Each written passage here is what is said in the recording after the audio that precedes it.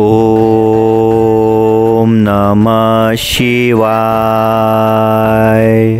भगवान शिवजींचे लिंगरूप हेच संपूर्ण सृष्टीचे उगम स्रोत असून त्याचा जीवन प्रवाह हा येथूनच सुरू होतो।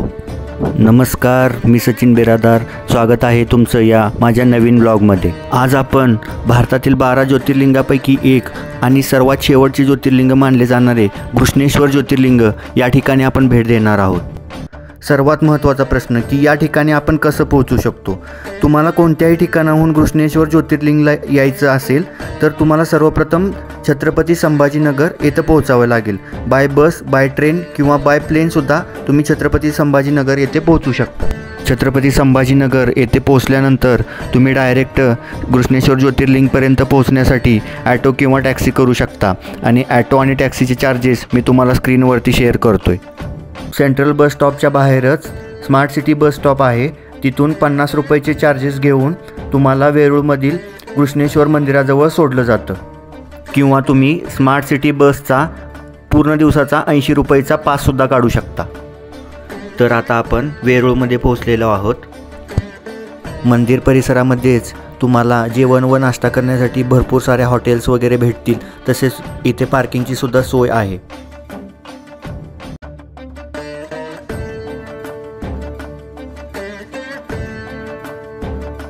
या बाबांकडून आम्ही सर्वांनी टिळा लावून घेतला आणि त्या ठिकाणाला भेट द्यायला निघालो ज्या ठिकाणाच्या इतिहासामुळं या ज्योतिर्लिंगला घृष्णेश्वर किंवा घुष्मेश्वर ज्योतिर्लिंग असं नाव पडलं।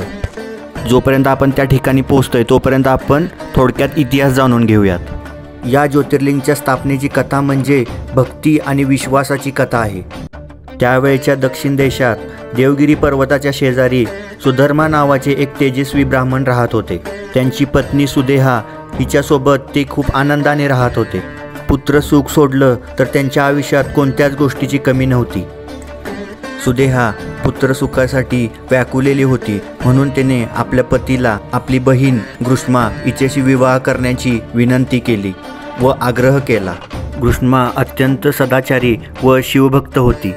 ती दररोज 108 पार्थिव शिवलिंग बनवून त्याची पूजा करत होती। शिवजींच्या आशीर्वादाने त्यांना पुत्ररत्न प्राप्त झाला, पण हळूहळू सुदेहाच्या मनात तीव्र संताप निर्माण होऊ लागला। तिला घृष्मा आणि तिच्या मुलावर ईर्ष्या व्हायला लागली। त्यामुळे रागाने एके दिवशी घृष्माच्या मुलाला झोपेत तिने मारले व या तलावात फेकून दिले।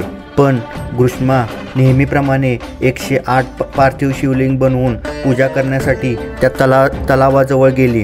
त्यावेळेस तिला तिचा मुलगा जिवंत दिसला। घृष्माची ही भक्ती पाहून शिवजी त्या ठिकाणी प्रकट झाले व झालेला सर्व प्रसंग शिवजींनी घृष्माला सांगितला। पण घृष्माने आपली बहीण सुदेहाला माफ करून माझं जसं दुःख दूर केलं त्याचप्रमाणे या संपूर्ण सृष्टीचं दुःख दूर करण्यासाठी तुम्ही या ठिकाणी स्थापित व्हा अशी विनंती केली व वरदान मागितलं। त्यामुळे या ज्योतिर्लिंगला घुष्मेश्वर ज्योतिर्लिंग किंवा घृष्णेश्वर ज्योतिर्लिंग असं म्हटलं जातं। असं म्हटलं जातं की या तलावाच्या तळाशी गायीचे खूर व विष्णुपद आहे। त्रिपुरी पौर्णिमेला या ठिकाणी मोठा उत्सव साजरा केला जातो। पुराणामध्ये उल्लेख असलेल्या या ठिकाणचा 1769 पुण्यश्लोक अहिल्यादेवी होळकर यांनी जीर्णोद्धार केला, म्हणून या कुंडाला पुण्यश्लोक अहिल्यादेवी होळकर शिवालय तीर्थकुंड असं म्हणतात। असं म्हटलं जातं की निसंतान दाम्पत्य या कुंडामध्ये स्नान करतात आणि या ज्योतिर्लिंगला भेट देऊन पूजा व अभिषेक करतात, त्यांची मनोकामना पूर्ण होते।